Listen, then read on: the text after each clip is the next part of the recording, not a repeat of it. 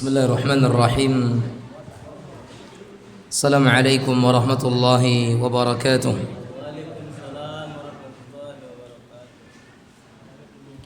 Innal hamdalillah nahmaduhu wa nasta'inuhu wa nastaghfiruh. Wa na'udzu billahi min shururi anfusina wa min sayyiati a'malina. May yahdihillahu fala mudilla lahu wa may yudlil fala hadiya lahu.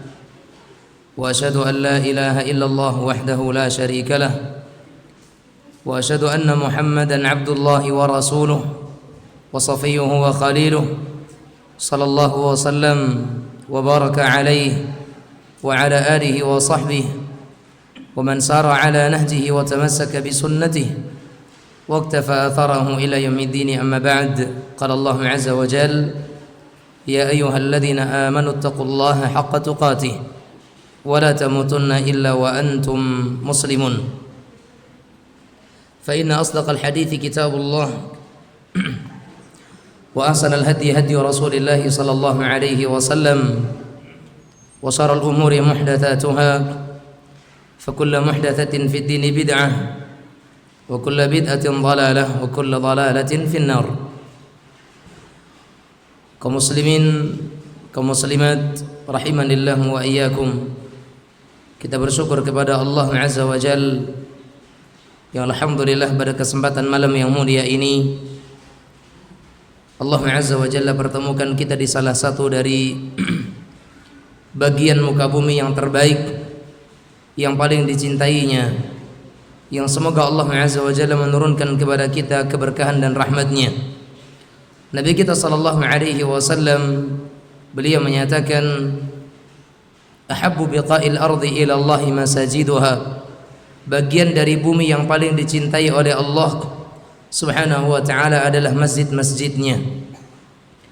Dan semoga Allah Azza wa Jalla dengan duduknya kita di majlis yang mulia ini, Allah Azza wa Jalla turunkan kepada kita ketenangan, sakinah, dan Allah Azza wa Jalla kirimkan kepada kita malaikat-malaikatnya untuk mengepakkan sayapnya menaungi kita. Dan semoga Allah Azza wa Jalla liputi kita dengan rahmat dan kasih sayangnya. Dan semoga Allah Azza wa Jalla sebut-sebut nama kita di hadapan para makhluk dan malaikat yang ada di sisinya. Salawat dan salam kita sampaikan kepada Nabi yang kita cintai, Rasul yang kita muliakan, Muhammad sallallahu alaihi wasallam, panutan bagi setiap orang-orang yang mereka menginginkan kebahagiaan. Dan semoga Allah Azza wa Jal menjadikan duduknya kita di sini juga sebagai salah satu bentuk di antara kita itu mencontoh dan mengambil apa yang beliau telah teladankan kepada para sahabatnya. Karena Nabi kita sallallahu alaihi wasallam menyebutkan dalam sebuah riwayat yang sahih dari Imam Muslim, Nabi sallallahu alaihi wasallam bersabda, وَمَنْ سَلَكَ طَرِيقًا يَلْتَمِسُ فِيهِ عِلْمًا سَهَّلَ اللَّهُ لَهُ بِهِ طَرِيقًا إِلَى الْجَنَّةِ وَمَنْ بَطَّأَ بِهِ عَمَلُهُ لَمْ يُسْرِعْ بِهِ نَسَبُهُ. Kata Rasulullah sallallahu alaihi wasallam, maka barang siapa yang menempuh suatu jalan untuk menuntut ilmu, maka Allah Azza wa Jalla akan mudahkan dengannya jalannya menuju surga Allah. Dan siapa yang amalannya itu membuat langkahnya di akhirat menjadi lambat, maka tidak akan bisa dipercepat hanya karena nasabnya. Maka hendaknya kita berbangga dengan ilmu, kita berbangga dengan majlis, dan kita senang dengan kita duduk di dalam majlis-majlis ilmu, bukan berbangga dengan keturunan, bukan berbangga dengan nasab, karena nasab tidak menjamin seseorang selamat. Namun dengan ilmu itulah adalah tariqun najah, sebab seseorang itu mendapatkan jalan keselamatan. Al-Imam Abdurrahman ibn Nasir As-Sa'di rahimahullah, beliau pernah menyatakan, tatkala aku mengetahui bahwa menuntut ilmu itu adalah perkara yang wajib, maka aku jadikan hidupku ini untuk menuntut ilmu. Fa illam akut amut aliman mitu muta'allimah. Karena dalam menuntut ilmu itu semuanya kebaikan. Orang yang belajar menuntut ilmu kemudian dia tidak menjadi orang yang alim, dia tetap akan mulia dengan jalan dia menuntut ilmu. Kata beliau rahimahullah, fa illam amut aliman Kalaupun sekiranya aku mati dalam keadaan tidak sebagai orang yang berilmu, maka dengan aku menuntut ilmu tidak akan merugi. Karena apa? Mittu muta'allima. Aku akan mati dalam keadaan sebagai penuntut ilmu. Maka oleh karenanya tidak ada kerugian sedikit pun di dalam seseorang itu menjadi penuntut ilmu. Karena kalau sekiranya dia tidak wafat dalam kondisi sebagai alim, dia wafat sebagai muta'allim. Syarafun lil insan an yakuna min ahli ilm wa an yakuna min al-muta'allimin.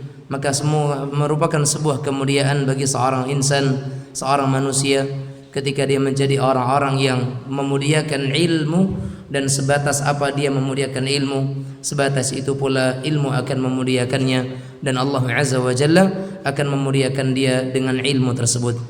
Kaum muslimin, kaum muslimat, ikhwani wa akhwati sidang jamaah sekalian yang dirahmati oleh Allah Subhanahu wa taala, adapun yang akan menemani kita dalam majelis kita di setiap bulannya di Sabtu pekan pertama ini adalah sebuah kitab yang menghimpun hadis-hadis Rasulullah sallallahu alaihi wasallam, yang beliau kumpulkan hadis-hadis tersebut yang membicarakan seputar tentang keimanan. Makanya beliau hafizahullah taala Syekh Abdul Razak Ibn Abdul Muhsin Al-Abbad Al-Badr hafizahumullah taala, salah seorang alim dari kota Madinah, putra daripada muhadditsnya kota Madinah Syekh Abdul Muhsin Al-Abbad hafizahullah taala, dan ibnunya atau anaknya Abdul Razak Ibn Abdul Muhsin Al-Abbad hafizahullah taala. Beliau sebut dalam kitab beliau ini dengan ahadithul iman, hadis-hadis yang menghimpun tentang keimanan atau seputar keimanan. Dan semoga Allah Azza wa Jalla dengan kita membahas kitab hadis ini menjadi sebuah jalan bagi kita untuk mendapatkan rahmat Allah Azza wa Jalla, sebagaimana Nabi kita SAW menyatakan, naddarallahu imra'an sami'a minni maqalati fawa'aha. Kata beliau sallallahu alaihi wasallam, semoga Allah membuat cerah muka-muka seseorang yang mereka mendengarkan dariku hadisku, kemudian dia cerna, kemudian dia amalkan, dan kemudian dia dakwahkan. Karena memang hadis-hadis Rasulullah sallallahu alaihi wasallam itu penuh dengan kemuliaan. Belum lagi ma'asyiral muslimin muslimat sekalian, orang-orang yang belajar hadis, mereka orang-orang yang akan paling beruntung dari sisi salawat. Orang-orang yang belajar hadis, mereka adalah orang-orang yang akan beruntung, paling beruntung dari sisi salawat. Kenapa? Setiap kali kita membaca hadis, kita akan menyatakan qala Rasulullah sallallahu alaihi wasallam. Kalau kita terjemahkan, kita akan menyatakan Nabi sallallahu alaihi wasallam bersabda. Ahlul hadis ketika mereka menyalin kitab-kitab hadis mereka, mereka baca dari satu kitab, dia katakan qala Rasulullah, pasti dalam hati dan lisannya akan menyatakan sallallahu alaihi wasallam, sembari jari-jarinya atau tangannya menulis sallallahu alaihi wasallam. Makanya di antara kemuliaan orang-orang yang belajar hadis, mereka pasti akan memperbanyak salawat kepada sang pengucap hadis tersebut, yaitu Nabi kita Muhammad sallallahu alaihi wa ala alihi wa sahbihi wasallam. Dan semoga ini menjadi wasilah bagi kita bersama untuk mendapatkan tempat yang mulia di sisinya sallallahu alaihi wasallam. Karena Nabi kita sallallahu alaihi wasallam menyatakan, orang yang paling dekat denganku hari kiamat dan orang yang paling beruntung di sisiku di hari kiamat adalah aktsaruhum alayya salatan, orang yang paling memperbanyak salawat kepadaku, kata Nabi sallallahu alaihi wasallam. Ma'asyiral muslimin, dan tentunya ini menjadi sebuah sarana bagi kita bersama untuk mengambil faedah daripada hadis-hadis Rasul sallallahu alaihi wasallam yang berkaitan dengan tentang keimanan. Karena di akhir zaman ini kita butuh hadis-hadis yang memang berbicara tentang keimanan. Hidup di akhir zaman, kita butuh tentang bagaimana kajian-kajian yang akan kembali membangkitkan keimanan kita. Karena Rasulullah sallallahu alaihi wasallam menyatakan, fas'alullah an yujaddida imanakum. Mintalah kalian kepada Allah agar Allah Azza wa Jalla itu memperbaharui keimanan kalian. Ini perintah Rasulullah sallallahu alaihi wasallam kepada sahabat yang ketika itu beliau berkata kepada siapa? Para sahabat, yang sementara di zaman sahabat keimanan masih kuat. Bagaimana setelah 14 abad setelah sepeninggal beliau sallallahu alaihi wasallam, ya kan? Maka tentunya kita lebih hajah, kita lebih butuh dengan tajdidul iman, perbaharuan iman. Makanya inilah yang menjadi sebab kenapa Syekh Abdul Razak hafizahullah taala menulis dan mengumpulkan hadis-hadis keimanan, karena butuhnya umat kepada hadis-hadis yang berbicara tentang keimanan. Makanya beliau namakan kitab ini dengan Ahadits al-Iman, hadis-hadis yang menghimpun tentang keimanan.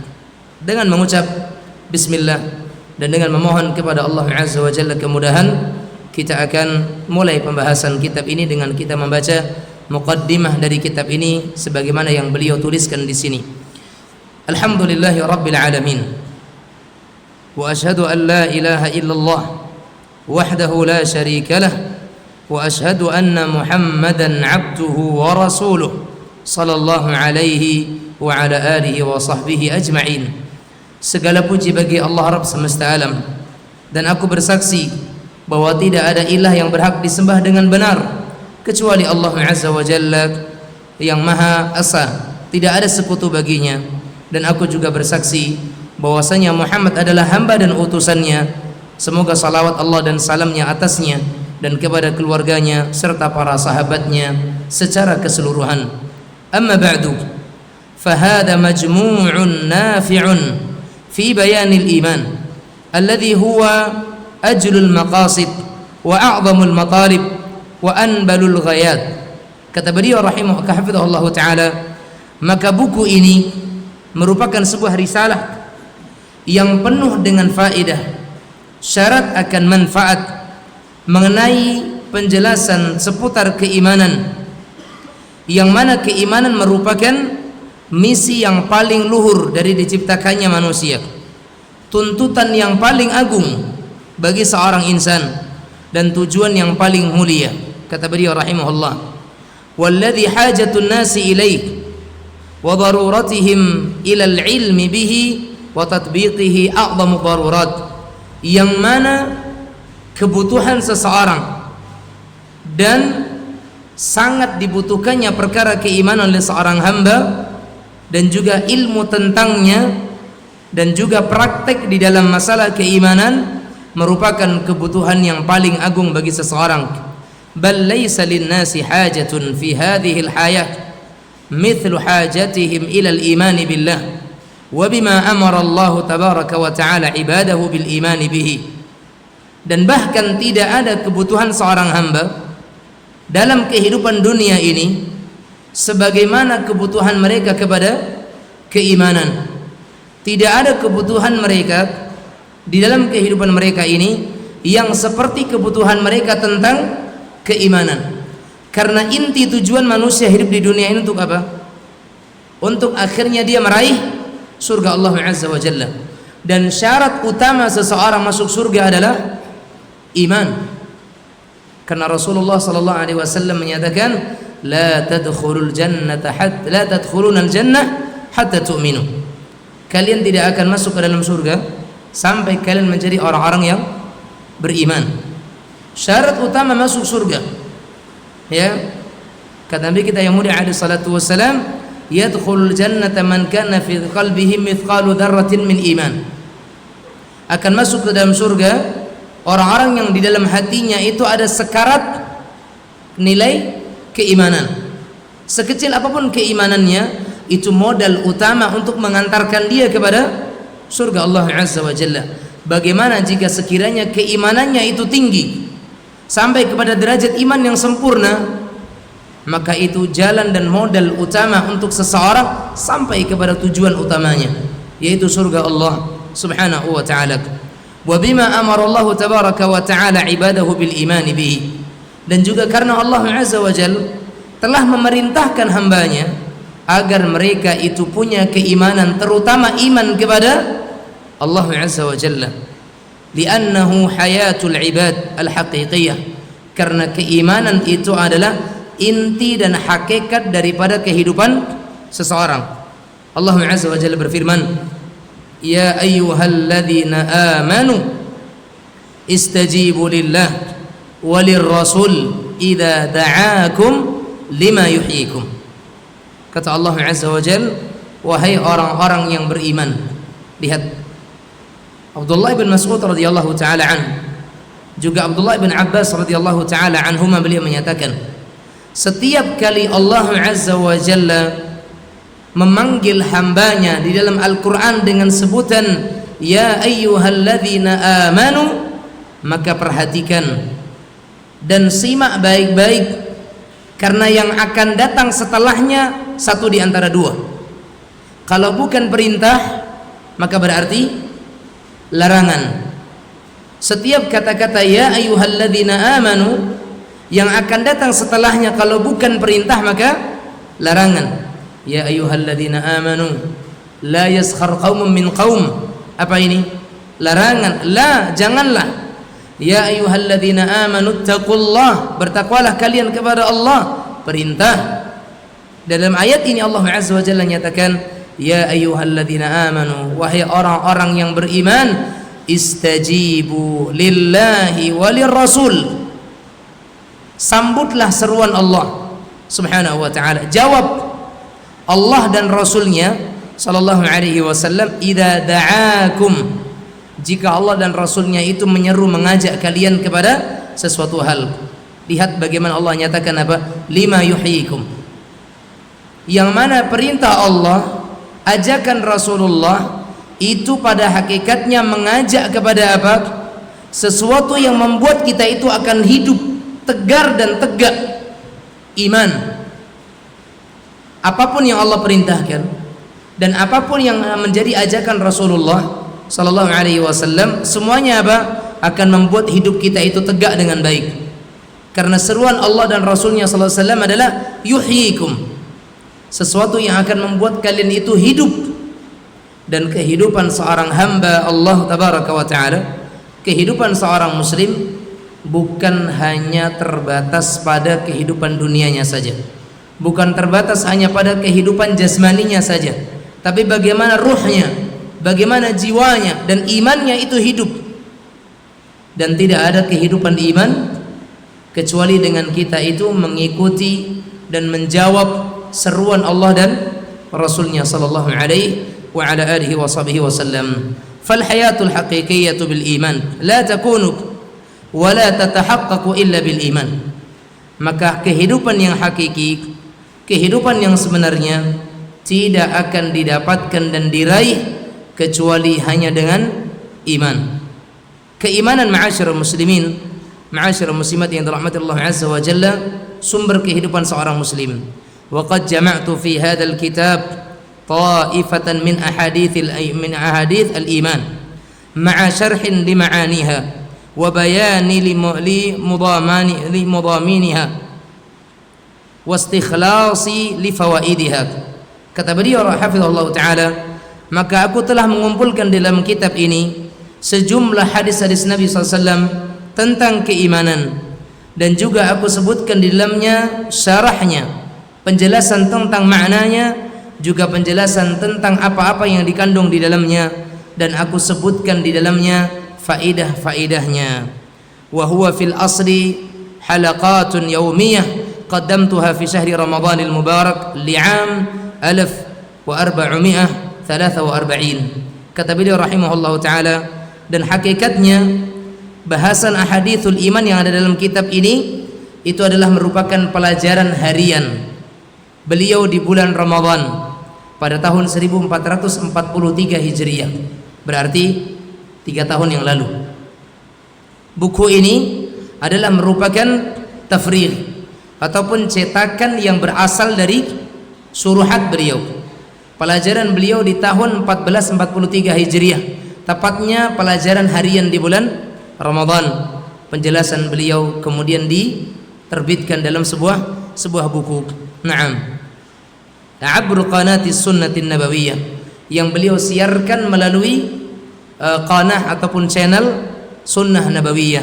Ya, jazallahu al-qa'imin 'alaiha khairal jaza wa awfa. Dan semoga Allah Azza wa Jalla memberikan balasan yang sebaik-baiknya kepada penyelenggara acara dan hal tersebut ataupun siaran tersebut. Wa qad laqitu bihamdillahi qabulan wa raghbul kathir fi tab'ihi wa nashrihi litanawwu'i majallatil ifadati minhu. Dan telah aku dapatkan banyaknya orang-orang yang mereka meminta untuk dicetak, disebarkan, dan juga adanya orang-orang yang mereka menginginkan untuk dipelajari. Falhamdulillahi rabbil alamin. Wa as'alullah jalla wa ala bi asma'ihil husna wa sifatihil ulya. Dan aku memohon kepada Allah dengan nama-namanya yang husna dan dengan sifat-sifatnya yang maha tinggi, an yuwaffiqana ajma'ina lima yuhibbuhu wa yardah. Semoga Allah Azza wa Jalla memberikan kepada kita taufik kepada apa yang dicintainya dan diridainya, min sadidil aqwali wa salihal a'mal, wa an yuzayyinana bizinatil iman, wa an yaj'alana hudatan muhtadin. Dan semoga Allah Azza wa Jalla menjadikan kita di antara orang-orang yang diridai dari sisi perkataan kita dan juga diridai daripada amalan-amalan kita. Dan juga semoga Allah Azza wa Jalla memberikan kepada hati-hati kita keindahan dengan indahnya keimanan, dengan zinah dan perhiasan iman. Dan semoga Allah Subhanahu wa taala menjadikan kita hudatan muhtadin, orang-orang yang mendapatkan hidayah dari Allah Subhanahu wa taala. Wa sallallahu wa sallama ala abdihi wa rasulihi nabiyyina Muhammad wa alihi wa sahbihi ajma'in. Dan semoga salawat dan salam terlimpahkan kepada hamba dan utusannya Nabi kita Muhammad sallallahu alaihi wasallam, kepada keluarganya, sahabatnya, dan kepada semua kaum muslimin. Itu muqaddimah beliau hafizahullah taala di dalam pembukaan hadis-hadis iman ini. Dan ini semuanya merupakan buah daripada karya beliau, penjelasan beliau, dan juga istihad beliau ataupun kesungguhan beliau di dalam menebarkan dakwah kepada umat. Dan memang para ulama ketika mereka itu berdakwah, mereka tidak hanya berdakwah secara tulisan, mereka juga tidak berdakwah hanya secara lisan. Semuanya mereka kumpulkan. Lisannya berdakwah, na'am, tulisannya juga berdakwah. Itu sebagian ulama-ulama kita dan orang-orang yang mereka mendapatkan kemudahan dari Allah dan taufik untuk bisa berdakwah di jalan Allah Azza wa Jalla dengan lisan dan juga dengan tulisan. Dan semoga Allah Azza wa Jalla juga memudahkan kepada kita semuanya untuk bisa mengikuti mereka berdakwah dengan lisan dan juga berdakwah dengan tulisan. Dan kita ambil sebuah perkataan para salaf rahimahumullah, tashabbahu illam takunu mithlahum inna tashabbuha bil kirami falahun. Bertashabbuhlah kalian, berusahalah untuk mirip-mirip kepada ulama, karena bertashabbuh dengan kemuliaan adalah sebuah kemuliaan tersendiri. Kita bertashabbuh boleh, tashabbuh kepada kemuliaan, tashabbuh kita dengan para sahabat, tashabbuh kita dengan para ulama, tashabbuh dengan kebaikan-kebaikan mereka boleh, karena tashabbuh bil kiram, bertashabbuh dalam hal kebaikan, kemuliaan itu falah, adalah keberuntungan. Sehingga kita bertashabbuh kepada para ulama, meniru ulama. Ketika ulama itu mereka berdakwah dengan lisan, iya, mereka juga berdakwah dengan tulisan, na'am, maka kita pun iya. Dan setidaknya kalau kita tidak bisa berdakwah dari sisi lisan, berdakwahlah kita dengan tulisan. Maqta' qasirah, kita punya satu penggalan hadis, ada faedahnya, kita copy paste, kemudian kita cantumkan referensinya, kita bagi. Maka itu dakwah kita dengan sebuah tulisan. Karena memang masing-masing kita harus mengambil peran dakwah. Enggak ada yang tidak boleh berdakwah, tidak ada. Semuanya harus berdakwah sesuai dengan kemampuan. Kepala rumah tangga berdakwah kepada anggota rumah tangganya, anggota keluarganya. Seorang pendidik berdakwah kepada yang dididik. Seorang dai berdakwah kepada audiensnya. Para ulama mereka berdakwah lebih luas lagi kepada mujtama' kaum muslimin secara umum. Dan semua kita mengambil peran dakwah. Sebagian orang ada yang dakwahnya bukan lisan, bukan dengan tulisan, tapi dakwahnya mereka dengan media. Sebagian orang dakwahnya dengan menyediakan fasilitas. Dan itu semuanya adalah ladang dakwah untuk kita semuanya. Maka bersyukurlah orang-orang yang mereka dijadikan oleh Allah sebagai salah satu dari sekian banyaknya peluang-peluang dakwah. Dan lihat Allah Azza wa Jalla nyatakan, wa man ahsanu qawlan mimman da'a ila Allah. Maka siapakah lagi yang paling baik ucapannya selain daripada mereka orang-orang yang mengajak manusia kepada Allah Azza wa Jalla, dakwah, menyeru manusia kepada dakwah. Ya, dan ingat sekali lagi, dakwah bukan hanya dengan orang berbicara di depan. Dakwah pintunya banyak. Media dakwah, na'am. Akun dakwah, iya. Berbagi poster-poster dakwah, itu dakwah. Mengajak orang-orang untuk pergi ke masjid, itu dakwah. Menyediakan fasilitas tempat ibadah, itu dakwah. Mengundang asatidzah para dai untuk memberikan pengajian kepada masyarakat dan kita yang memfasilitasinya, itu juga dakwah. Sehingga semua kita harus mengambil peran di dalam dakwah, dan semoga Allah Subhanahu wa ta'ala berikan kepada kita keikhlasan di dalam masing-masing jalan dakwah yang Allah Subhanahu wa ta'ala mudahkan kepada kita.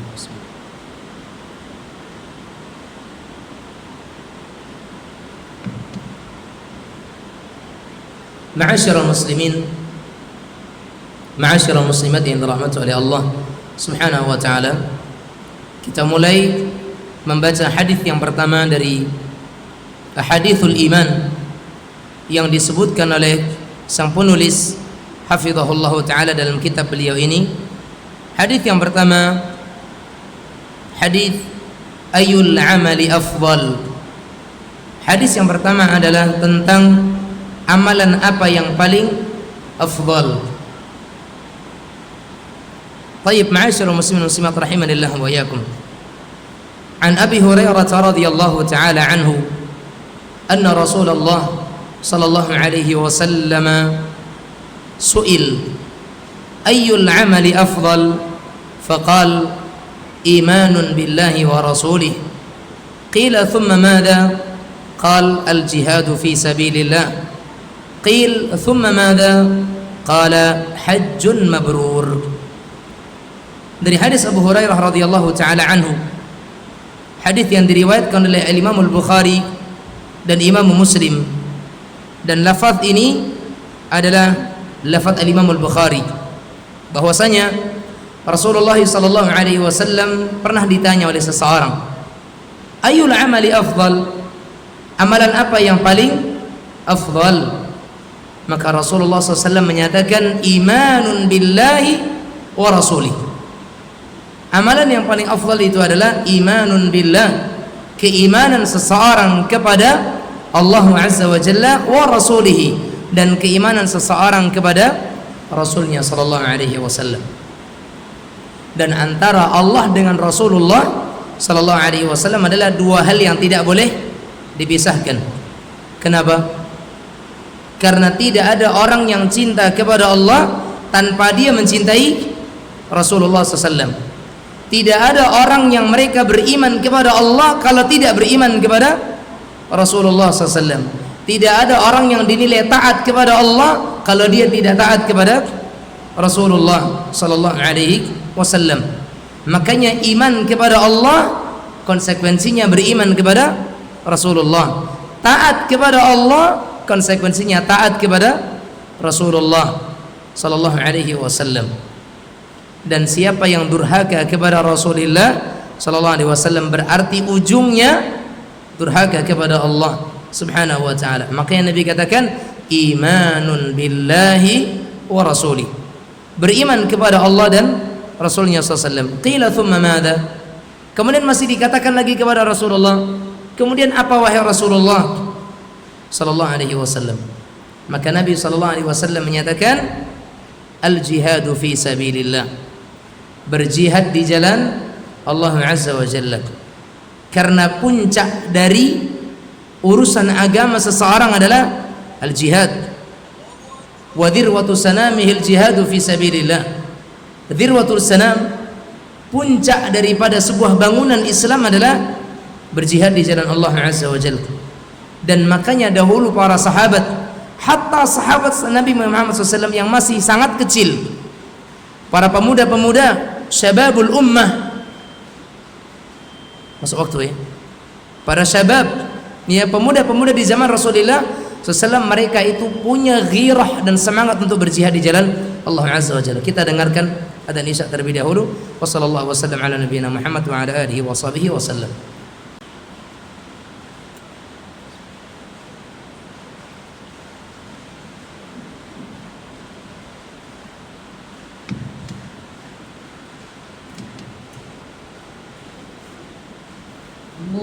Ibnu Qayyim rahimahullah, beliau pernah menyatakan apa? Idha'atul waqti asyaddu minal maut.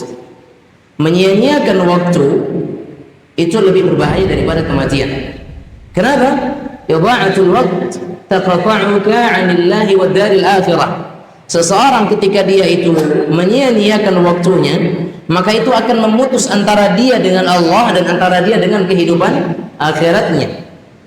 Adapun kematian hanya akan memisahkan antara dia dengan dunia. Orang yang mereka menunggu selesai daripada melakukan satu salat, menunggu kepada waktu salat yang berikutnya, maka ini adalah merupakan salah satu jalan dan sebab kita mendapatkan doa para malaikat-malaikat Allah. Man sami'a min amirihi syai'an, siapa yang mendengar keburukan tentang pemimpinnya, ya, hendaknya dia tahan di sana. Doakan pemimpin. Atau man kariha min amirihi syai'an falyasbir, siapa yang membenci dari seorang pemimpin itu sesuatu hal, bersabar. Itu perintah Rasul SAW, bukan fatahaddath, bukan ceritakanlah, bukan kemudian angkatlah pembicaraan tentangnya. Lah wallah, enggak, bersabar. Rasulullah SAW menyatakan apa? Ya man amana bilisanihi wa lam yu'min bihi qalbuh, wahai manusia yang hanya beriman dengan lisannya dan tidak beriman dengan hatinya.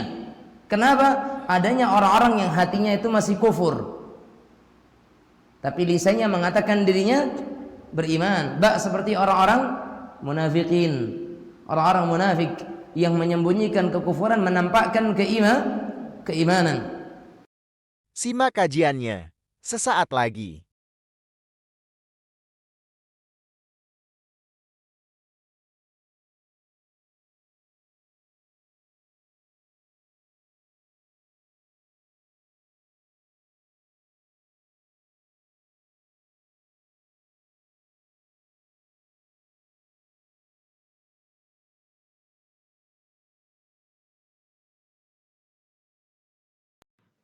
Ya bunayya muslim star, siap menemani hijrahmu.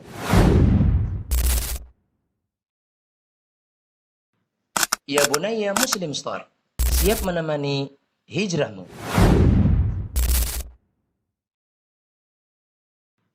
Ya bunayya muslim star, siap menemani hijrahmu.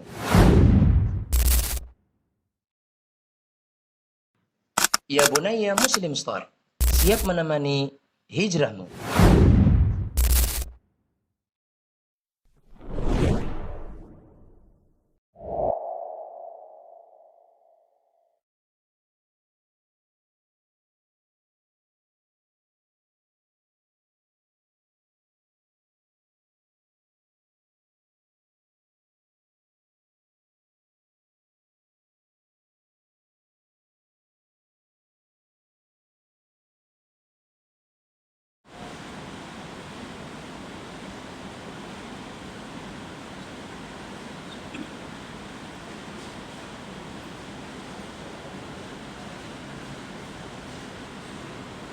Alhamdulillahi Rabbil Alamin, wa sallallahu wa sallam wa baraka ala nabiyyina wa habibina wa qudwatina Muhammad ibn Abdillah al-mab'uth wa rahmatan lil alamin, wa ala alihi wa sahbihi wa man tabi'ahum bi ihsanin ila yaumiddin, wa sallam tasliman katsira. Amma ba'd. Kaum muslimin muslimat sekalian yang dirahmati oleh Allah Azza wa Jal, kata Nabi kita yang mulia alaihi salatu wassalam, imanun billahi wa rasuli, beriman kepada Allah dan Rasulnya adalah amalan yang paling afdal. Thumma madha, kemudian apalagi? Al jihadu fi sabilillah, berjihad di jalan Allah subhanahu wa ta'ala. Dan tadi kita katakan bahwa dahulu di masa Rasulullah sallallahu alaihi wasallam, Para pemuda-pemuda usia belasan tahun mereka sudah mau, dan bahkan mereka meminta izin kepada Rasulullah sallallahu alaihi wasallam untuk diikut sertakan di dalam berjihad di jalan Allah azza wa jalla. Kemudian yang ketiga, thumma madza? Kemudian apa lagi?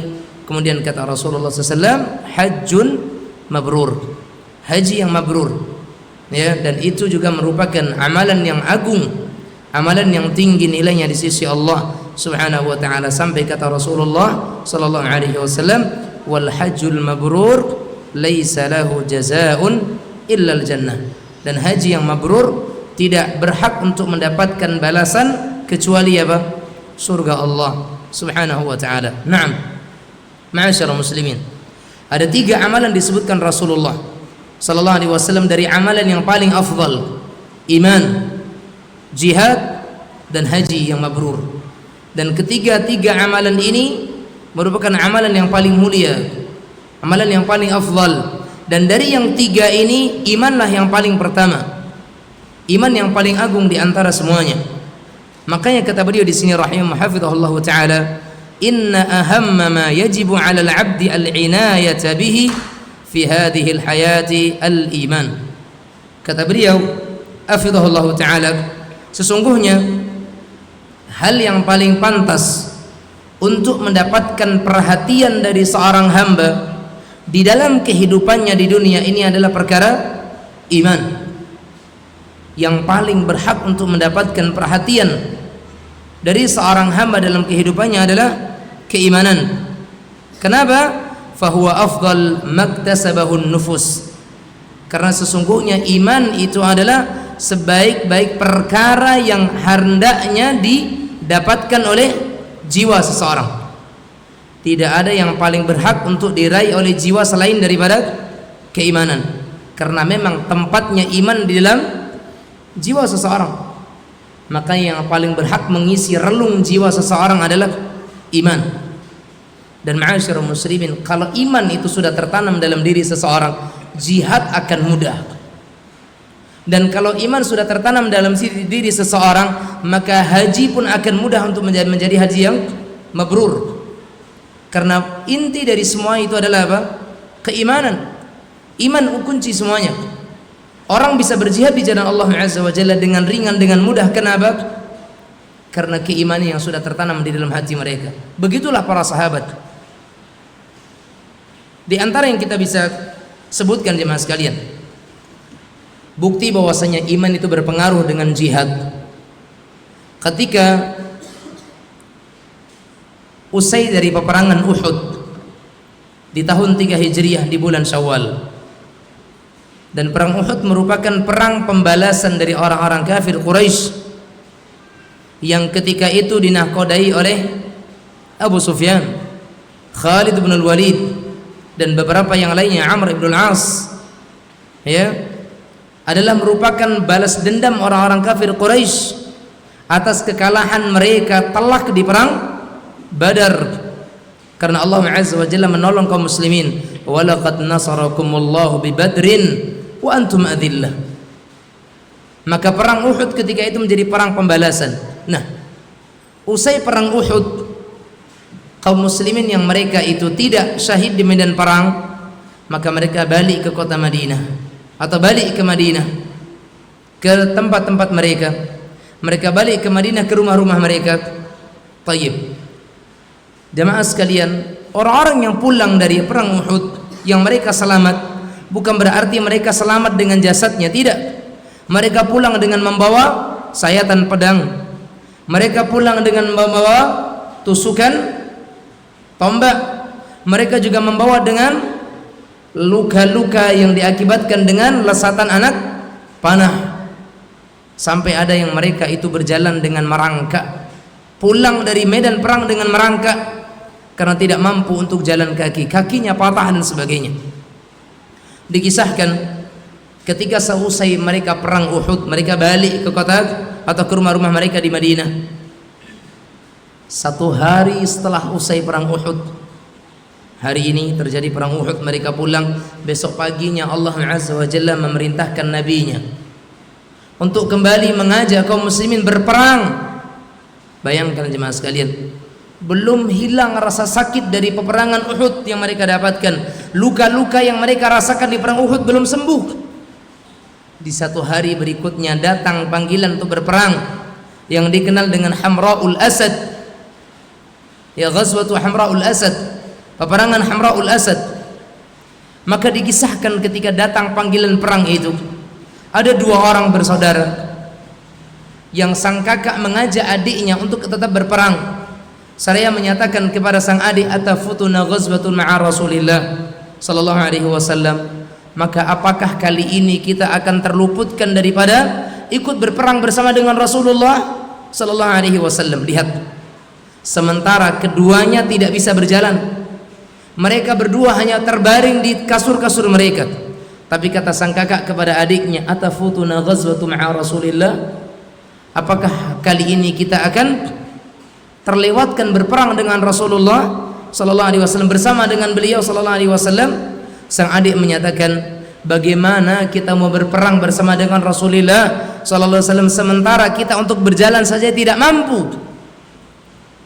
Ya, mereka tahu di mana terletak peperangan itu terjadi, mereka tahu di mana lokasinya. Maka sang kakak mengatakan kepada adiknya, lihat, tidaklah penuturan ini keluar dari lisan-lisan kecuali orang-orang yang beriman.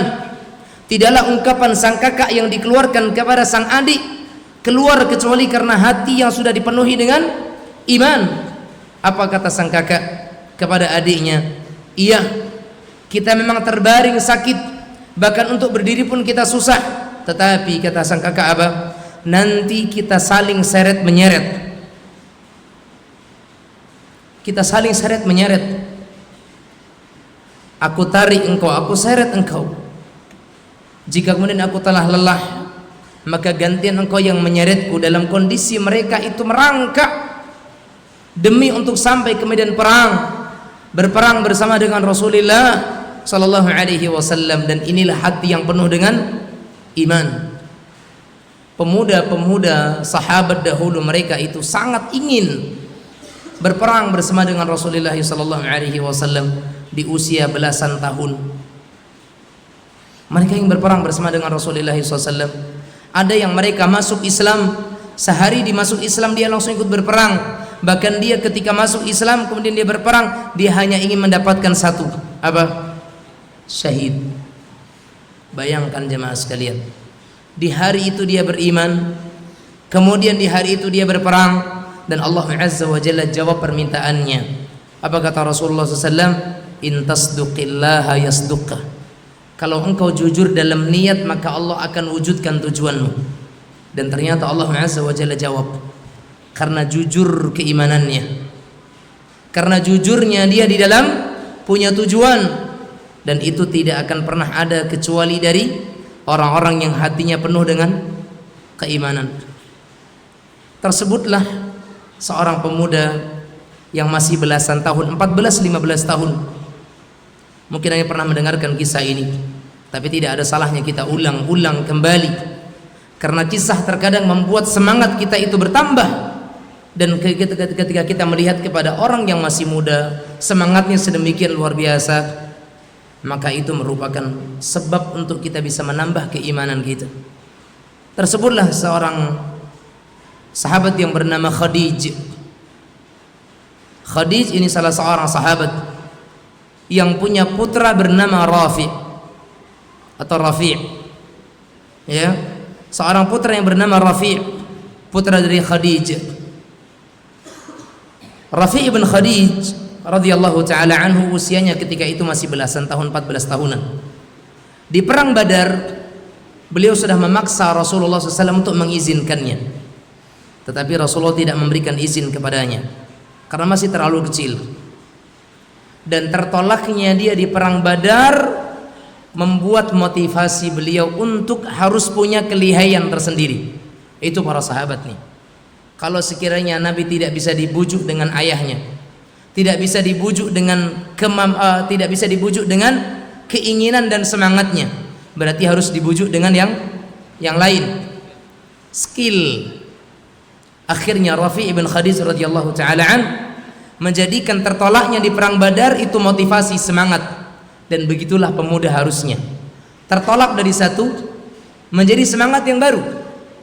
Yang sedang mencari jodoh tertolak dari satu orang, semangat lagi untuk mencari yang lain. Ya atau tidak? Jangan gara-gara tertolak dari satu susah move on. Gitu Pak Haji. Iya. Jadi tertolak dari yang satu, bangkit. Karena penolakan itu terkadang membawa sebuah kebaikan. Bangkit dari penolakan tersebut. Lihat bagaimana Rafi' ibn Khadij ini, pemuda tangguh. Tertolak di perang Badar, bukan malah lemes, tapi dia nyari skill. Menjadikan apa kekurangan dia sampai tertolak. Begitulah kita. Kok sampai saya tertolak? Berarti ada kekurangan. Kekurangannya apa? Taib. Rafi' ibn Khadij mengasah kemampuan untuk berkuda, mencari kemampuan untuk bisa memanah, menombak, dan semuanya akhirnya dia kuasai. Sehingga tatkala di tahun berikutnya di bulan Syawal terjadi perang Uhud, beliau radhiyallahu taala anhu menyatakan kepada ayahnya, tawarkan lagi anakmu ini kepada Rasulullah SAW. Dan Khadij sang ayah, itu para sahabat dulu ya, mereka punya anak itu memang mereka didik anaknya jadi anak-anak yang tangguh, bukan tangguh berperang di game. Anak-anak sekarang dia pandai perang di mana? Oh di game tuh jari mereka tuh lihai, ngatur taktik, nyusun strategi, bikin pagar dan sebagainya, melompat sana sini, membidik, menembak, memanah, lihainya luar biasa. Tapi lihat di zaman Rasulullah SAW, orang tua menyiapkan anaknya untuk itu. Ditawarkan lagi kepada Rasulullah SAW di perang Uhud. Rasulullah ini Rafi, dia ingin ikut berperang. Rasulullah masih menolak di awal pertama kalinya, masih ditolak oleh Rasulullah. Tapi sang ayah menyatakan, wahai Rasulullah, ini anak bukan sembarang anak nih, dia punya kelihayan, punya ketangkasan. Maka akhirnya Rafi memperlihatkan di hadapan Rasulullah sallallahu alaihi wasallam. Lihat, riya atau bukan? Riya atau bukan? Bukan. Tapi itu semata-mata untuk mendapatkan ridha Allah Azza wa Jalla dan karena ingin meraih sesuatu yang lebih tinggi. Dan itulah syarat untuk diizinkan oleh Rasulullah sallallahu alaihi wasallam, bukan riya. Dan beliau radhiyallahu taala anhu anak yang punya ketangkasan dalam menombak, kelihayan dalam memanah, juga dalam berkuda, dan itu disaksikan oleh Rasulullah sallallahu alaihi wasallam. Dan akhirnya Rasulullah sallallahu alaihi wasallam mengizinkan Rafi' untuk ikut berperang di perang Uhud. Dan ternyata masih ada pemuda yang lain yang cemburu. Nah, ada pemuda temannya si Rafi' yang cemburu. Kok bisa Rafi' lulus, saya nggak lulus? Oh ini nggak bisa ini. Kalau dia lolos, saya harus lolos. Mas Samurah ibn Jundub radhiyallahu taala anhu menyatakan kepada Rasulullah, ya Rasulullah, itu Rafi' memang lihai memanah, Rafi' memang lihai dalam menombak, tapi jangan sangka saya lebih kuat dalam bergulat, saya lebih kuat dalam fisik, dan dalam peperangan pun dibutuhkan fisik yang kuat. Kalau nggak percaya, adu saya dengan Rafi', adu saya dengan Rafi', bukan Ustaz Ainur Rafi' ya. Kalau saya adu dengan beliau kalah saya, beliau keker badannya. Nah, maka Samurah bin Jundub mengatakan apa? Adu saya dengan Rafi'. Akhirnya betul ya, adu kekuatan dan Rafi' kalah ketika itu. Samurah menang. Maka Samurah bin Jundub dengan Rafi' dibawa dalam peperangan Uhud oleh Rasulullah SAW. Begitu pemuda di zaman dulu, di zaman Rasulullah sallallahu alaihi wasallam. Maka terjadilah peperangan Uhud ketika itu. Maka kemudian ma'asyar muslim muslimat rahimanillah wa yakum, terjadilah apa yang tidak diinginkan mungkin oleh sebagian sahabat, namun terjadi pula kepada Rafi' ibn Khadij radhiyallahu taala anhuma. Ketika itu tertancap di bagian bawah ketiak sebelah kiri Rafi' ibn Khadij anak panah, yang mana mata anak panahnya di dalam rusuknya dan tangkai anak panahnya berada di luarnya. Ketika dia mulai merasakan sakit yang luar biasa, dia mendatangi Rasulullah sallallahu alaihi wasallam seraya menyatakan, ya Rasulullah, tolong cabutkan untukku anak panah yang tertantap di dalam rusukku ini, dan doakan untukku supaya segera sembuh rasa sakitku. Ini kata Rafi' ibn Khadij radhiyallahu taala anhu. Lihat bagaimana Rasulullah SAW menguji keimanan pemuda. Dan itulah keimanan yang diinginkan oleh Rasulullah SAW. Dan itu pula keimanan yang kita butuhkan. Keimanan yang tangguh, mental baja. Ya, bukan iman yang ketika tergoyahkan dengan dunia sedikit lenyap dan hilang. Lihat bagaimana Rasulullah SAW menyatakan, wahai Rafi, bukan saya nggak bisa untuk menyembuhkan, atau bukan saya tidak bisa untuk mencabut dan mendoakanmu supaya Allah menyembuhkan penyakitmu. Bisa saja. Tapi kalau sekiranya boleh aku tawarkan, maka aku hanya akan mematahkan anak panah ini. Aku patahkan bagian luarnya dan aku tinggalkan mata anak panahnya tetap di dalam tubuhmu. Dan dengan itu jaminannya aku akan bersaksi di hadapan Allah bahwasanya engkau adalah seorang pemuda yang syahid. Kira-kira jemaah sekalian, kalau pemuda di zaman kita tertusuk duri, nggak usah duri lah, paku aja lah. Paku misalkan, ada dua solusi: dicabut dikasih obat sembuh, atau dipotong itu paku, bagian yang tertinggal di luar, yang di dalam tetap biarkan di dalam. Mana yang dipilih? Cabut pasti. Pasti cabut, pengen sembuh karena sakit, infeksi besi, kan begitu? Apa kata Rafi ibn Khadij? Balin za'is sahma watrikil khudbah wajhat li yaumal qiyamati anni syahid. Kata Rafi ibn Khadij, ya Rasulullah, patahkan tangkai anak panahnya dan tinggalkan mata besinya di dalam rusukku, dan saksikan di hadapan Allah bahwasanya aku seorang yang syahid. Dari siapa ini keluar? Pemuda 14 tahun. 14 tahun di zaman kita sekarang pandai ngapain? Hah? Minta duit. Nera. Minta duit enggak dikasih, ngambek. Kan itu bisanya anak-anak sekarang. Lihat bagaimana Rafi ibn Khadij ketika itu, ya kan? Balin za'is sahma watrikil qutbah, ya Rasulullah, udah patahkan saja bagian luarnya, tangkainya, tinggalkan mata panahnya di dalam rusukku, dan saksikan di hadapan Allah, persaksikan di hadapan Allah bahwasanya aku adalah orang yang syahid. Apalah hasil? Alhasil beliau semenjak itu beliau sakit-sakitan. Kita bayangkan besi dalam tubuh, infeksi tentunya, tapi beliau bersabar dengan hal itu, dan beliau terus sakit-sakitan sampai akhirnya beliau meninggal di masa Khalifah Muawiyah ibn Abi Sufyan. Ma'asyiral muslimin muslimat yang dirahmati oleh Allah Subhanahu wa taala, perjuangan yang tidak mudah, pengorbanan yang tidak ringan, tapi ternyata itu buahnya adalah surga Allah Azza wa Jalla. Tapi itu tidak didapatkan kecuali dari orang-orang yang punya iman. Maka inilah yang mendasari saya pribadi untuk memilih bahasan ini, karena kita ingin bagaimana kita kembali memberikan bumbu kepada keimanan kita dan memperbaharui iman kita, sehingga mudah-mudahan dengan kita belajar tentang iman, Allah Azza wa Jalla tanamkan dalam hati kita keimanan. Allah jadikan hiasan dalam keimanan kita. Allah hiasi hati-hati kita dengan keimanan, jiwa-jiwa kita dengan keimanan, dan semoga Allah Subhanahu wa taala mengumpulkan kita bersama dengan orang-orang yang beriman. Allahumma amin. Hadza wa sallallahu wasallam ala nabiyina Muhammad wa ala alihi wa sahbihi wasallam. Mungkin ini sebagai muqaddimah dan awal penjelasan kita tentang hadis yang pertama, dan kita belum masuk kepada syarah yang beliau sebutkan. Insyaallah taala di pertemuan berikutnya kita akan selanjutkan dan kita akan teruskan. Na'am biidznillah taala. Ada pertanyaan?